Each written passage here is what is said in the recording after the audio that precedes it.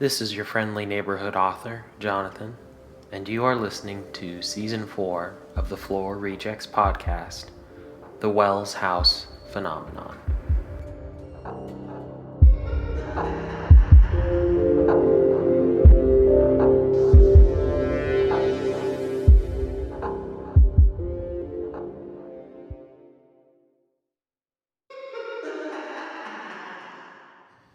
Hi there, it's your friendly neighborhood podcaster here with Chapter 10 of The Wells House Phenomenon. Chapter 9, we met Edward. We met Thomas's big brother, Edward, Lila's other son, different father. We find out he is hot and sexy. He is, by all accounts, aggressive towards his brother. They get in a fight. And really kind, it seems, to his mother, just kind of nonchalant with her, seems really intent on endearing himself to, not Thomas, but Warren. And after everything is said and done, we kind of end this chapter with Warren and hiding, and he is running away from who he assumes is Edward, trying to find him in his dream. And he's pulled into a dark room, a room where he can't see anything. And his grandfather's there, or his grandfather's not visage, because that would be his appearance. His voice is there, his presence is there. And Warren can't see him, but he has a conversation with his grandfather, in which his grandfather is kind of vague, but we can kind of assume he's vague because he's a ghost, or at least he seems to be a ghost appearing to Warren in some sort of living dream. And he tells Warren, you have to get out of this, you have to save yourself, you have to make sure that you're going to be okay. And that's where the chapter ends, is with his grandfather disappearing and Warren taking a little bit of a leap, a little bit of a chance, and for the first time taking the end of his dream in his own hands, riskily and deliberately, in which he jumps out of a window and just on a theory knows that he can't die in the dream. Any sort of mortal action just triggers the end of it. And we're going to see that develop a little bit more in Chapter 10. So without further ado, a deer, a female deer, let's get into Chapter 10. All right? Chapter 10, Slip Up.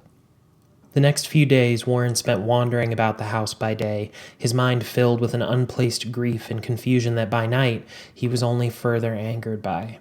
He took to turning away even the idea of conversation with his housemates when he woke up in his dreams, sending both men away with polite but firm refusals, after which he would sit in his closet in the in-between to his bathroom. He would perch cross-legged for hours, lights off, with towels shoved under the doors.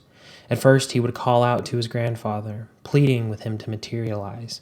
He would whisper his name, willing his touch to appear in the darkness, to get just a bit more information, to have a bit more time with him. It was after the fourth night of silence in his closet that he knew that this was not his ticket to answers. The time, in the quiet and darkness, had given him some new insight into his environment, and therefore had given him some new ideas. He was aware of the low roar that would begin at the outskirts of the property as his dream was ending, as he was waking up. He knew that in his dreams there were no writing utensils, no paper, no text, no calls. In fact, the only thing that was in this version of his world was the furniture, the large-scale objects that kept up the facade of this place. On this night, he snuck to the library, thinking that he could leave a note on a book's page, but he found that each of the books he pulled away from the shelf were somehow solid. They were decorative, but not in a tacky shelf decor way, but in a way that tells Warren that this was intentional. On top of the realization that he could wake himself up with lethal actions, he also found that causing himself enough discomfort could also cause himself to wake up. He had found himself in a pinch, caught once again with Edward chasing him through the house, and Warren had stubbed his toe hard on a table leg, causing the house to rumble and the world to go black. He then woke up with no memory but a sore foot.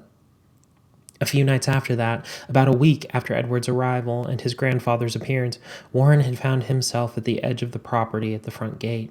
He could see out beyond it as if there were no barrier, but when he stuck his hand through the grid past the property line, the world rippled, the air became static in his dream, and suddenly Warren was awake. These experiments went on for a while, Warren pushing himself farther and farther into his dream world, realizing that here was somehow safe. His companions in the house seemed to go into a routine at night. One of them offered themselves up to him, and when he refused, they went on about in some sort of autopilot. Warren was unsure why this was. They never seemed to be focusing on him unless he drew attention while he was sneaking around. During the day, he was the one on autopilot. He had quickly forgotten the fight between Edward and Thomas. In fact, the morning after it, he couldn't remember it at all, another result of the strange memory wipes he couldn't explain. He found himself enamored by Edward, who at this point spent his days working around the house, fixing things that didn't seem broken, moving things that didn't seem to need to go anywhere, and all the while keeping Warren company wherever he was. Edward was quickly becoming the housemaster's burly shadow, and Warren was becoming more accustomed to it. Edward was witty, always seemed interested in Warren's interest, and was smarter than Warren had initially assumed. His appearance hadn't changed that much, at least not as much as Lila or Thomas's had, and Thomas had slowly morphed into a toned-down version of his brother. Edward frequently found excuses to show off his hard-muscled body, or at least to flex his muscle, and Warren was remiss to find any reason to object. In his mind, he was beginning to lose the urge to fight temptation, and with his desire to leave the manor waning more and more by the day, he found the flirtations more enticing by the same day. Exactly 2 weeks after Edward had arrived was the first time that Warren fell for one of his advances. Warren, who had perched himself on a window seat in the sunroom, was trying and failing to read what appeared to be a first edition of Count Dracula. Across the room, Edward toiled away, hanging half out of one of the crank windows, fixing a cracked hydraulic mount or something like that, but Warren couldn't remember exactly what he had said. In fact, all he could focus on was that Edward, as the man, his back turned to Warren, pulled his shirt over his head, tossing the sweat-soaked thing aside. Warren pulls his book close to his face to hide his mouth as it fell open. When Edward leaned back out the window, his jeans were caught on the window's edge, and they rode lower. Edward's deep tan ended abruptly at his waistline, and Warren found the sight of his tender, pale skin appetizing. Then, as the man leaned out further, grunting as he wrestled with something out of sight, the rounded, creamy skin of his rear bounced erotically as his jeans rode lower and lower, pressing against him much lower than his waist. Warren couldn't help but stare, and when Edward swung back into the room, his jeans tore at the point where they were caught, and Warren quickly looked away as the tear began to open. He shoved his book up higher, and as he heard Edward exclaim in frustration, he fought his urge to keep his shoulders still, as giggles bounced around inside his chest. "Are you laughing at me?" Edward asks, and Warren peeks over the edge of his book. Edward is twisted at his waist, pulling at his pants, a large rip in the back of them under his left pocket. He sighs, as does Warren, but for a different reason. Warren can see the tan line again, this time from cutting across the ample mound of flesh diagonally. "Favor a Speedo when you tan?" Warren asks with a chuckle, lifting his book back up over his eyes. Edward crosses the room in 2 strides. He puts one finger to the top edge of Warren's book, pushing it down into Warren's lap. "I prefer to tan in the buff, Master Wells," he says, his voice calm and quiet. Warren sputters. I... Warren can't form a sentence as his eyes trace the swirls of black hair that cover the man's broad chest. "It's okay, Warren. I've known since I set foot in that door all I needed to know about you. Why do you think I keep fixing things that aren't broken in every room you end up in?" Edward says, planting his hands on either side of Warren, leaning in close enough that Warren can see that his eyes are a deep, rich honey color. He knows it can't be natural, but they flash as Edward smiles. Warren feels his body vibrating, his nerves and anticipation build in him. "I just thought you were ambitious," Warren says quietly. Edward chuckles, swinging his head down. Warren catches a whiff of his hair. It smells like sandalwood and musk. Warren doesn't lean back as he normally would. "Who says I can't be ambitious and interested?" Edward asks, looking back up, his eyes almost glowing when Warren smiles, shaking his head. I can also tell that you are a careful one, Warren Wells. That you treat this house, the people in it, with the utmost discretion. I can appreciate that. Edward's voice drops impossibly lower, and his face draws closer. Warren, in a snap decision, leans in, and Edward's mouth is on his in a second. Warren tenses at the contact, the feeling of another man's coarse, prickling beard on his face, lubricious and shocking. Warren's breath whistles against Edward's nose. As their mouths open to one another, Edward lets out a low, guttural sound. He takes Warren's hands, guiding them to his hips, and Warren groans as he feels the hot, hair-covered skin of Edward's stomach tightening and contracting. Warren's hands start to squeeze just as the sound of something cracking breaks their trance. Edward jumps back. Warren looks at him with a mix of amusement and puzzle. Edward holds a splintered chunk of the windowsill in his hand, the wood slowly crumbling in his grip. Warren giggles dazedly as Edward looks up at him with a guilty grin on his face. "Sorry, I guess I don't know my own strength," he says, moving slowly back towards Warren. "I think you do," Warren says, as Edward slides a hand up his arm, his rough palm grating deliciously over Warren's skin. Edward leans in again, kissing him softer than Warren would have thought. He again grabs Warren's hands, this time guiding them to his back. Warren, still stunned, pulls the hulking man towards him and wraps a leg around his. Edward's warm, work-toughened hand squeeze Warren's tight shoulders, and Warren moans into his mouth. Then there's the sound of something nearby, and Edward pulls back quickly with a small hum, wiping his lips sensually. "Another time, Master Wells," Edward says with a small laugh, jumping from the sunroom window as Lila comes into the room. Warren, embarrassed even though Lila was clearly clueless. "Warren, I wanted to ask you what you would like for dinner tonight." Her small frame shakes as Warren covers his crotch with his book. She looks at him strangely. I don't know, Lila. Maybe just one of those lasagnas you make? They're always so good," Warren says, and Lila nods, leaving without another word. Warren waits, hoping maybe Edward will... waiting for the all clear, but at the window, Warren can see that the man is gone. He goes back to his room to decompress, laying back on his pillows and sliding a hand under his jeans instinctively.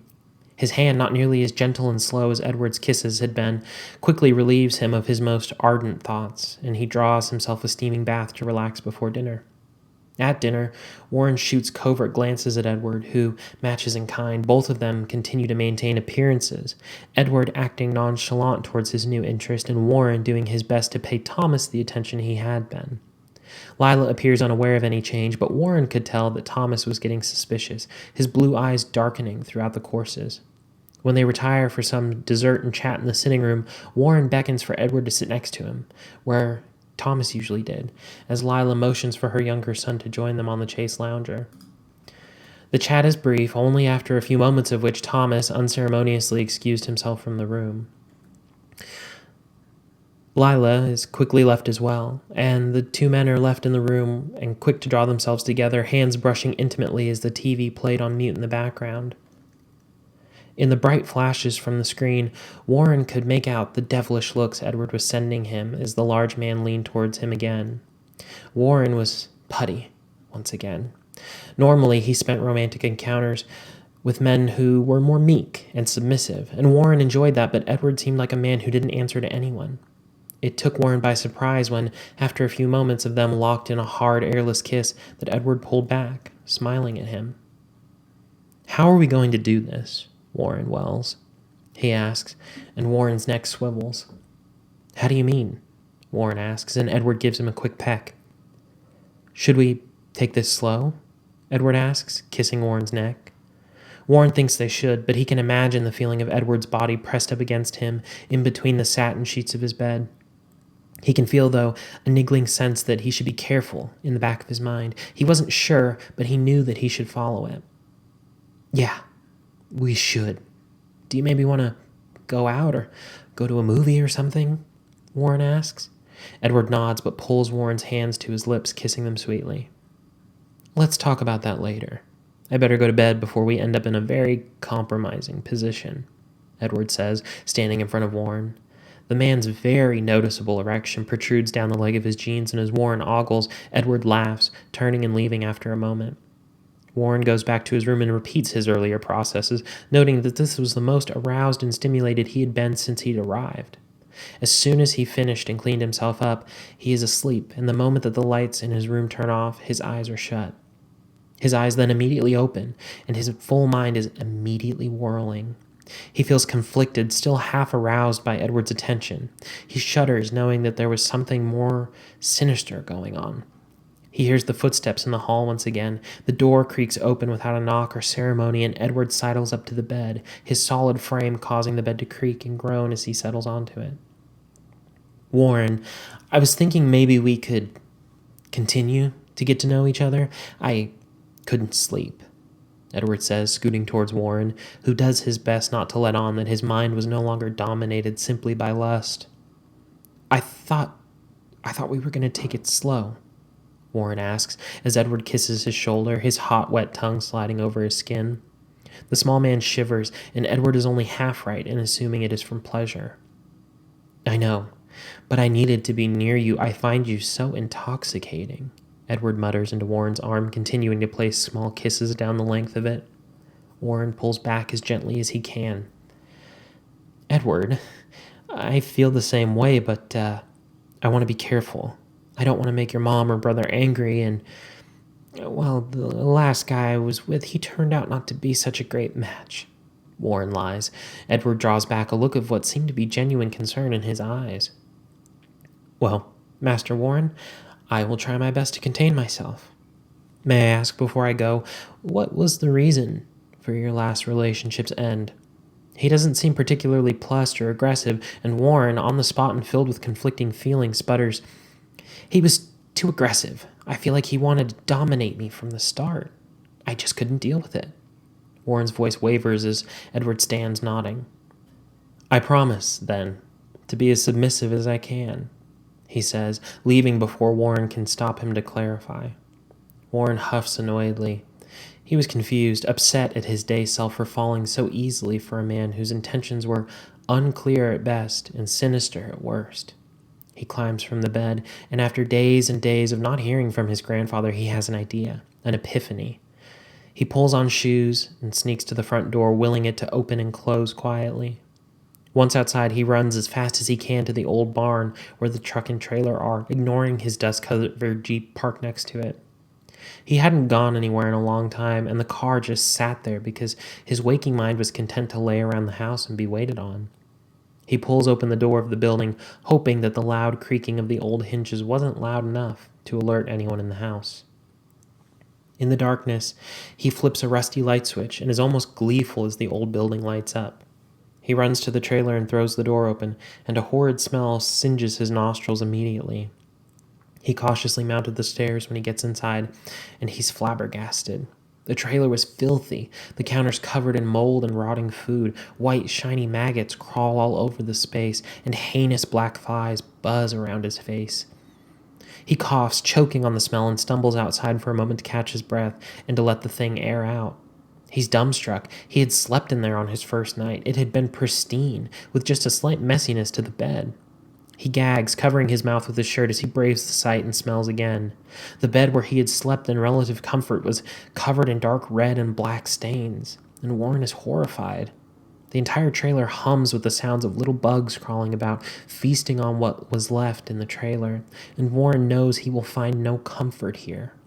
He leaves, completely bewildered as he shuts off the barn lights, his last safe place desecrated. Just before he shuts the large barn doors, he hears a whisper. His name. He turns and steps back into the barn, letting the blackness swallow him as he closes the door. Grandpa? He hisses, and at first there is no sound. He's about to turn and leave when he feels a hand on his shoulder. Warren. The old man's voice sends endorphins rushing through Warren, and he turns, flipping on the light to see his grandpa, but when he does, there's no one there. He can't sense his presence anymore. He flips it off, and again, the feeling of the hand is back. Lights have to stay off, Warren. His grandfather chides gently, and Warren sighs. Pop, I... Warren attempts to confess to his minor encounter with Edward, but Bart cuts him off. I know, son. I know. You can't help it during the day, but at night, you must figure out how to break the deal. how to warn yourself, Bartholomew says. Grandpa, what is so bad about this deal? You stayed, Warren asks. There's a pregnant pause. I stayed because I had to. I had to keep all of you safe. You have that responsibility for your mom and your aunt and cousin and all the other family you don't even know. It's just the terms of this deal that my great-great-great-great-grandfather made. If I didn't honor the terms, we would have all suffered. But you, my dear boy, do not deserve this. I was an old man when I came, but you are young and full of life. This place, it drains the life from you. That's what happened to me. I died in that trailer in my bed. I died thinking I was the happiest man on earth during the day, and by night, God, I fought. I fought to end this curse before it got to you, but I wasn't quick enough. Warren can hear in the voice that his grandfather's presence was growing threadier the more he spoke, and Warren is scared to be left alone again. Grandpa, I just don't know what to do. I just can't figure out how to wake myself up, Warren says, and his grandpa puts his other hand on the opposite shoulder in comfort. I know. I don't either. I just knew I had to warn you. It's up to you to figure out this place, who these people are. I don't know how. Even after I passed, I only got close enough to learn that they feed off you. Every time I get too close to one of them, I fade. The voice is tiny at this point, and Warren realizes that this must mean that someone was near. I think someone's coming. I will figure this out. For the family, Warren says, even if he couldn't care less about them, condemning them was out of the question. They were still humans. For yourself, Warren. Now go. His grandfather is gone with his last word, and Warren turns to the door, sliding it open just wide enough to slip through. As he turns to run back up to the house, he collides with someone. He hits the ground, his vision spinning as he looks up to lock eyes with Thomas, who stares down at him. Warren? Thomas says quietly. Oh, hey, Thomas, I was just out, getting some fresh air, Warren stammers, unsure if he could play convincingly dumb. Were you talking to someone in there? Thomas asks, jerking his head at the barn door. No, just thought I would see how creepy it is at night. Turns out it's probably haunted, Warren says with an awkward chuckle, standing up and dusting off his now dirty shorts. Well, it is an old barn. Wouldn't surprise me. Warren, can I ask you something while I have you alone? Thomas asks, and Warren knows he must tread lightly. He gulps and nods. Are you and Edward getting closer? Thomas asks. Warren quickly weighs his options, settling on denial. He doesn't need one of the brothers angry at him during the day when he was helpless.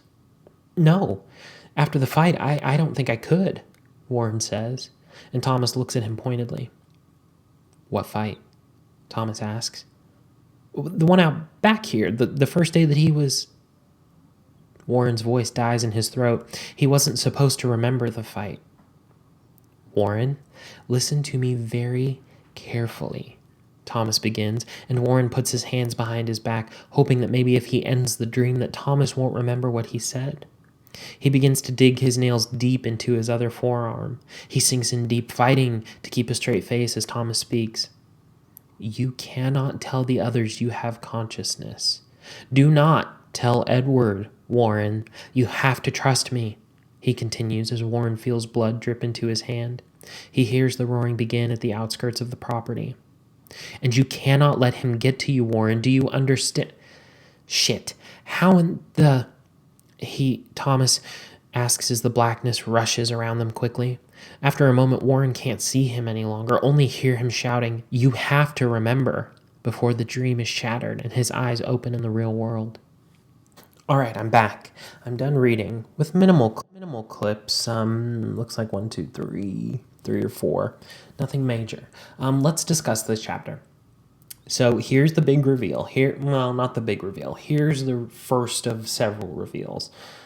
Warren slips up, and Thomas figures out that he knows that he's dreaming. He knows what's going on in his dreams. Not only does he know he's dreaming, but he knows what has happened in the past that he's not supposed to know. So he has revealed to Thomas, or at least we assume that Thomas realizes that he knows about all their former iterations of appearance, that he knows about all the little events he's supposed to forget. He remembers all the times that they had seen his phone, or he let it slip that he was queer. All the things that even maybe aren't explicitly stated that we can kind of assume that he's forgotten or been made to forget. He's kind of revealed to Thomas all at once that he knows. So that's a major revelation. A second major revelation is that maybe this grandfatherly, ghostly appearance wasn't a one-time thing. We don't really know. I don't even know, and I'm the writer. I don't even know how often that can really happen, why it's happening now. Part of writing a story, I think. I mean, I'm not like an author. I mean, I'm not, well, I am a published author. I'm nothing other than a self-published author. So I'm doing this all based on writing classes I took in college and my own experience. Part of writing is making up the little details as you go along. So there will end up being a reason why his grandfather appeared when he did and why he only appears sometimes. I think I have an idea, but I still want to toy around with it a little bit. Let's talk about Edward. Let's assign him an appearance, and by proxy, assign his brother Thomas an appearance, because Thomas has become a toned down, slimmer, smaller version of his brother.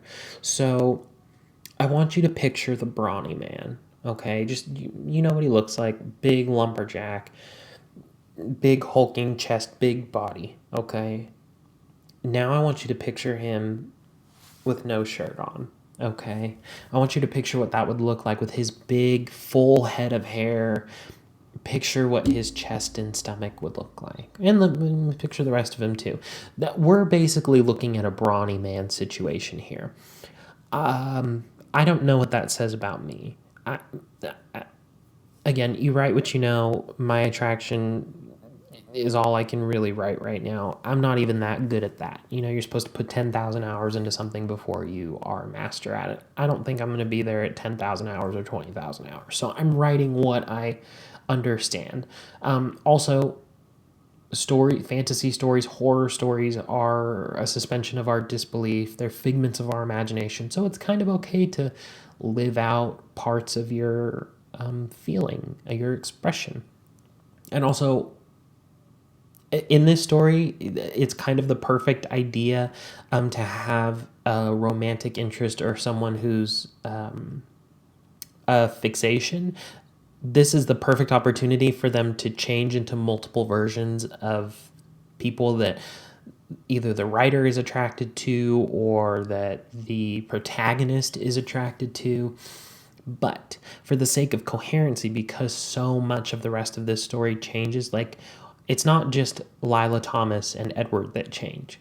Or I guess Edward, but we don't really know if he changed or if when he showed up, he already looked exactly like he needed to look, because Lila and Thomas knew, and supposedly one of them controls it, and one of them had to call Edward, and he's probably the same as them. You get it. So Edward is very hot, very sexy, very burly, very big, and not necessarily your standard for beauty, like a bigger version, if that makes sense, but not like look at his abs, like a bigger version of your standard American Western beauty or whatever. It's, you know what I mean? Although blonde hair and blue eyes, which I thankfully have, technically is like the gold standard, but yuck. So Edward, hot, sexy, right? Warren has forgotten about the fight between him and Thomas, so at least during the day.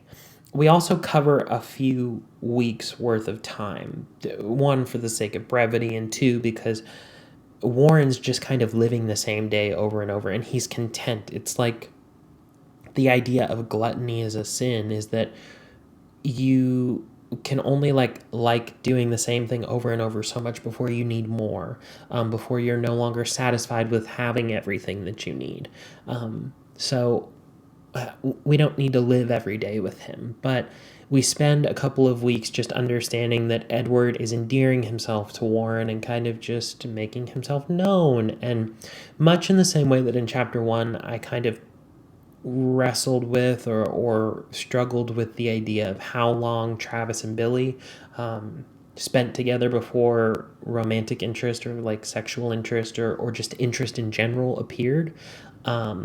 They were stuck in a cabin together 24/7 after trauma bonding over something terrible, which now I know what trauma bonding is, and that's what they were doing. This is that without trauma bonding and over an extended period of time. So they spend all day together, they live together, they get to know each other faster than you would just dating your average person. And we kind of don't know yet, but we're under the impression that Edward, Thomas, and Lila can't just come and go off the property, right? Because we've never seen them come and go. When Warren brings up the idea of them going on a date, like to a movie, Edward is like, yeah, let's talk about something else. And I think that's interesting because so far, Warren is completely oblivious to it. And we as the readers, me as the writer, us as all as the readers, are kind of like, how is he not noticing that nobody goes to the grocery store, nobody goes to the hardware store, nobody goes anywhere? That's going to come into play late. Like, I haven't just breezed past that. I don't want to say I try and think of everything, but I'm trying to think of most things. And I'll be honest, I kind of started the setup for what he ends up realizing in this chapter. I set it up. It's not hard to figure out what he ends up figuring out by the end of this. But it is interesting, and just as I was saying that, I had an idea for a scene or a part of a chapter that I think will be interesting later on. But this chapter is a lot of moving things forward because we're now 10 chapters deep. We're 45,000 words. So let's say that I think it's 200. I did this math for We Just Call It Love, so let's do it right now. So 250,000 or 250 words is on the standard novels page, right? Like your standard paperback, I don't want to say drugstore, but drugstore book. So we've got 45,997. Okay. So 46,000 divided, because I don't know how to do divide with a key, by 250. We are already 184 pages deep if we're looking at like a small print, regular sized, sexy novel. So basically 200 pages in with formatting and everything. It's time to start moving the story along. We couldn't move it along that much beforehand because we didn't have our first love interest. I'm trying to think very carefully about how I word this so I don't look like a dummy later on. We didn't have our first love interest yet, so we couldn't move it on too much other than Warren just kind of being confused for a few months. Because to me, like, if it was me, and I try and put myself, because every single character I ever create is a personification of some part of me, no matter how big or small, or someone that I know and love. To me, if I suddenly, number one, woke up with $500,000 in the bank every year for the rest of my life, didn't have to do anything that I didn't want to, had a prepaid house, prepaid bills, prepaid live-in staff, I wouldn't immediately question it. Do you know what I mean? Like, my first thought would not be, let's ruin this. And I think Warren kind of took that same pathway. At first, just kind of being like, this is weird, I guess. Like, making every excuse for why he's waking up in his dreams and being seduced over and over and over.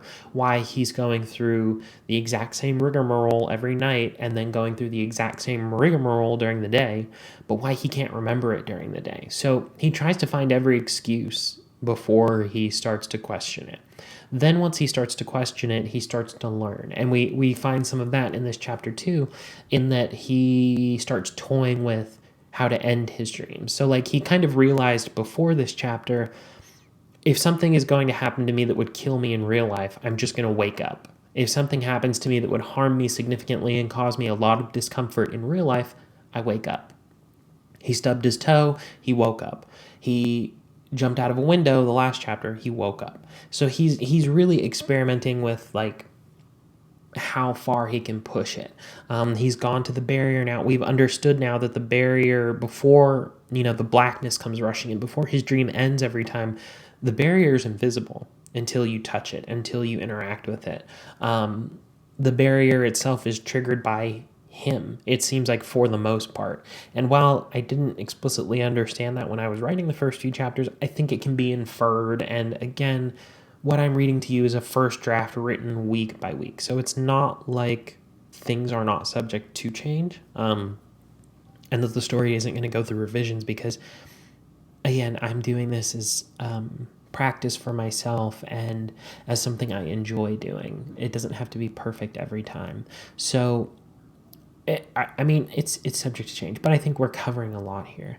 I think the end of this chapter is also very interesting because Thomas is coming after Warren in a way that's kind of like jealous, in a way, like a little bit, I don't want to say annoyed, but it seems a little bit jealous, like, planes going overhead. It was so nice that no planes flew overhead while I was reading. That was really nice. I guess because Christmas is over. It seems like he's a little bit jealous. We're really not clear, like, is Thomas jealous because he has a thing for Warren? That's not explicitly clear, because he's kind of been very uncomfortable in every sort of flirtatious or erotic or sensual or possibly leads to something else scenario, like the swimming hole, like when he comes to Warren's bedroom at night. He seems uncomfortable. So it seems like he is at the most just really annoyed that his friend, who has made it very clear that he would like to just be friends with him, is making friends with his enemy, his brother. And maybe he didn't realize at first that Warren was aware, but as soon as he asked the question, what fight, he was sure. And Warren realized that he'd fucked up. I do think it's a little clunky at the end, I will say. Again, first draft. It's a little clunky at the end where, Edward or Thomas says, "What are you doing out here?" And Warren just says, "Oh, I thought I was going for a walk." My first inclination was to be like, I'm gonna do it so that he thinks that he's sleepwalking. Like, he's like, I think I must be sleepwalking. Like, am I sleepwalking? But I didn't think that would work. It would seem too much like a sitcom. And then I thought, it's never really addressed what the others do or what they think Warren is doing when he says, "No, I don't want your company." They don't seem intent on forcing their company on him, which is good, because that would be very problematic and impossible to write. But, their intent to just say, "Okay, not tonight, gotta go." They don't really make it clear, like, that they know what he is or is not doing afterwards. They're kind of always chasing him around corners and just missing him. So it seemed okay to establish in this conversation that Warren by night is exactly the same, or is perceived by the others to be exactly the same as he is by day, just asleep but awake, or awake but asleep. It just seemed like the best way to do it. I don't know. I'm not like a doctor. I'm not a professor of writing. I wish that I was. But is there anything else in this chapter that I really like? I don't think. I mean, I really like this chapter. I do. Not to be gross, but the description. If you're attracted, well, I guess it doesn't matter who you're attracted to. Whatever gender. And then gender, and then in parentheses, S, because we don't know. You might be attracted to many genders. That's up to you. Whatever genders you're attracted to, whatever people you're attracted to, whatever type of person you're attracted to, Google, I don't know how to, this might be problematic. This might be like racist. I find tan lines very hot and sexy. Is that problematic? Maybe. I don't know. I'm going to have to do some research on that, because it's very much like, it really is like a white people thing to tan. I mean, I think in the assumption that Edward is like an outside person in the same way that his brother is, it's a little less problematic, because it's just like, that's his, where he's exposed to the sun all day. But I do find, like, look up the genders that you're attracted to. Look up them and, like, look up a Speedo tan line. Like, look up a tan line's not like farmer's tan, because I perpetually have a farmer's tan. I actually have a driver's tan where this arm is tanner than the other arm because I drive so much for a living and my hand is on the window. It was worse when I had my other car, but humble brag, now that my car that I have now kind of drives itself a lot of the time, my hands are usually down here, so not as bad. But like tan lines are very sexy. So sometimes I like to focus on things like butts are very sexy. Everyone thinks butts are sexy. Let's be honest. Just picture a big, juicy, hairy, ooh, getting a little too close to home. Big, juicy butt. That's sexy. Things that we don't really think about as sexy, and I think especially on let's just say masculine presenting people, straight society isn't really like, a man's tan line is sexy. A masculine person's Speedo tan line is sexy. But when you objectively sit and kind of think about, number one, the idea of seeing that part of a person who you haven't seen that part of them before, but you do find them insanely attractive, that's sexy. Also, like, Speedos, I don't know. Like, I know they were popular in the 70s or 60s or whatever. Like, smaller, more skimpy, masculine presenting bathing suits were much more popular, like a commonplace, I feel like, back before the 80s, maybe 90s. Kind of when board shorts came into fashion. Oh, I wish they hadn't, but I also appreciate that they did because it allows me to hide my body. The idea of seeing a tan line that's a Speedo tan line on such a like hyper masculinized figure, I do think is inherently sexy. So maybe don't picture a Speedo tan line on whatever genders you're attracted to, if like bikini bottoms or Speedos are like normal for that gender or that expression or that kind of type of person. Picture the like antithesis tan line. Does that make sense? Like, picture like on a little twink, like a little farmer's tan, because twinks are twinks and we need to destroy them. Like, picture that. No offense, twinks. I'm sorry to the twink community. Am I really sorry? I think my neighbors are outside murdering each other. I don't know. It doesn't matter. I do like this in this chapter that when the sexual erotic part of it happens, a focal point of it, it's not like, here's his tits, because I'm not tired of focusing on tits. Do not get me wrong. I'm tired of focusing on writing about tits because it's hard to write about them because there's not that many words for them, and I can't make words up for a man's breasts. Yes, men can have breasts. For a man's breasts. It's hard to write about things that there aren't words for. There's a million words for boobs. I've said it before. Boobs, boobs and feminine presenting butts. There's a million words for them.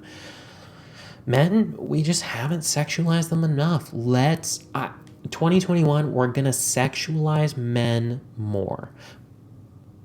Okay, let's rephrase. We're going to sexualize the unsexualized men more, because outwardly outwardly queer people, masculine presenting people, have been hypersexualized for so long to the point where we're treated like predators by the people who we don't like. My neighbors are legitimately outside, I think, like, listening to me. And I think doing drugs, maybe. I'm not sure. All power to them if they are, but I wish they'd do it a little bit quieter. Anyway, what was I saying? Breasts. Okay, I was talking about breasts, butts. Anyway, it's hard to write about those types of things because there's not that many words for the very sexual erogenous zones of the masculine straight body. Now there's a train. So I'd like to focus on other things, like things that are almost... Because I have said before, I do like to leave characters a little bit vague. So, like, I can tell you what I picture when I describe a character, but you could also picture someone who looks completely differently. So I do like to focus on strange little details, like the breasts or the nipples or the chest hair itself or the tan line on someone's butt. Instead of being like his butt was big and juicy, it's like, no, his butt had a tan line that cut across the cheek very sensually. There is a ghost train in the background. Maybe just a ghost, who knows. So I do like to focus on things that aren't, like if I was writing about a feminine presenting body, is that the right word that I'm looking for? You know what I'm trying to say. If I was writing your typical Harlequin romance novel and treating it the same way that I'm treating this story, and I always go back to this as an example, I wouldn't just want to write about her bosom bursting forth from her corset and her, I guess you don't really see that much in the traditional Harlequin romance novel, or her pouty, pursed, puckered lips. Like, I don't want to write about that. Or her creamy white skin. Although I think I did call his skin creamy. Because, like, just think about it for a second. Like, the juxtaposition of maybe it's just somebody who is so confident to expose themselves to the sun and be out in such a skimpy outfit, which is fun. Like, I love it. It's just objectively, it's a very small piece of clothing. Maybe there's something very sexy about, maybe that's it, that the stark difference between the skin colors, it's not sexy because one is sexier than the other. Maybe to me it's, am I having a breakthrough? Maybe to me it's sexy not so much because I love tan skin, because I think it's sexier to see someone who has a tan line that indicates that they spend a lot of time outdoors, whether in public or not, outdoors in a skimpy piece of clothing because they're confident in their bodies. Maybe it's because it's kind of a signal of confidence, right? Because back in the olden days, pale people were considered sexy not because of the color of their skin specifically, but because it meant that they were part of the aristocracy and they didn't work outside, and tans were considered ugly. Maybe now we consider tans, I don't want to say we, because to me, I could not care less. But I do find tan lines, oh good, my neighbors are leaving. I do find tan lines sexy, and I think that might be why. It could also be like inherent racism. It could be. I fully acknowledge that, and I could just not understand that or not know that. A lot to chew on. I'm gonna do some research on is thinking tan sexy race. That's a long Google search. Anyway, let's call it for this week. I appreciate you listening as always. I like to say Black Lives Matter, Black trans lives matter, Black women's lives matter, Black men lives matter, Black non-binary lives matter. Although trans non-binary, they do one as an umbrella for the other. Black lives matter. They have mattered. They continue to matter. Please support local businesses, but like I've said before, support good local businesses, not shitty local businesses like the one that I work for. Treat yourself to something good this week. It's been a hard week if you're in America. Maybe if you're not in America, it's been a hard week for you anyway, because most of us are still living in the midst of a terrifying global pandemic in which there are now mutant forms of the virus we have a vaccine for. Although, if you listen to this podcast, will kill you, another podcast, they do have an episode here recently, I think it's chapter 14 of their COVID series, where they do talk about how a lot of the mutant viruses could very possibly be treated by the same vaccine. But treat yourself well this week. It's been a hard one. If you are in the United States, stay safe.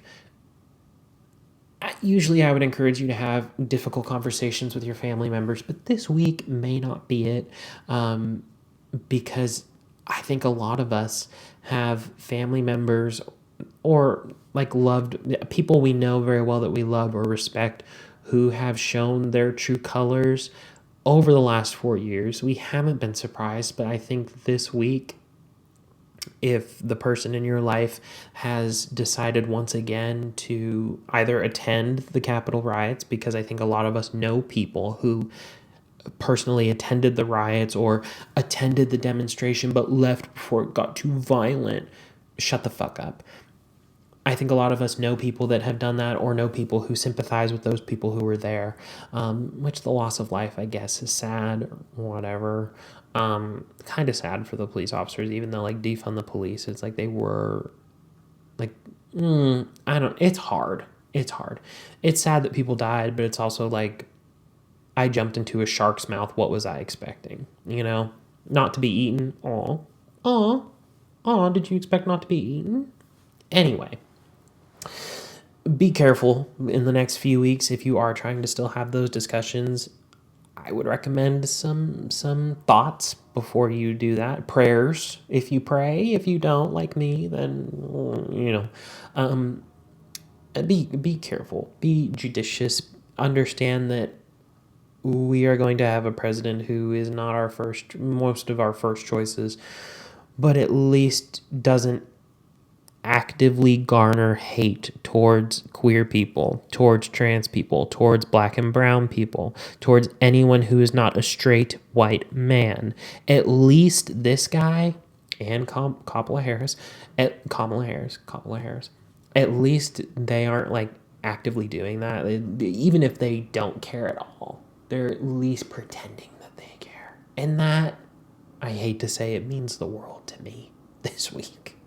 That somebody can at least pretend to care, and has at least pretended to care for a while and didn't just start caring 2 or 3 weeks ago when the elections began to be certified. I'm looking at you, ABC, NBC, CNBC, MSNBC, CNN, Fox fucking News, Jesus Christ, all of the news, the typical news sources. Because y'all really had nothing to say for 4 years, and now all of a sudden, can you believe what he's doing? Yes, bitch, we knew what he was doing. I'm sorry, this is not a political podcast. It's hard. Right now, it's Wednesday the 13th, so they just voted to impeach Trump for a second time. Do you hear that? They voted to impeach Donald J. Trump for a second time. The only president, I believe, to ever be impeached 2 times and on different counts each time. So I'm a little emotional, a little bit on edge, a little bit frazzled. So be safe. Do God's will. And by God, I do mean please pre-download the new Ali and AJ album called Listen. It's available January 15th, I believe. Please download it, stream it. They deserve our love and support. They gave us the original Potential Breakup song. They gave us the original Chemicals React. Hello? So if I could tell you to do one good thing for your mental health this week, pre-download and get ready for Ali and AJ's new album. That's what I'll say. So until next week, I've been your friendly neighborhood author, furniture flipper, depressed homosexual, NASCAR driver, Brittany Broski apologist, Trixie Mattel apologist. Do I just want to bring up all my problematic fate? Then those are the worst of them. And if those are the worst of them, I guess it could be worse. It could be. Not apologizing for what they've done that's problematic, but, just really still letting their content bring me joy. Anyway, it's been me. I'm going to go edit this now, but I appreciate you watching. I don't know. It's been a long day. All right, so, bye. Bye. See ya.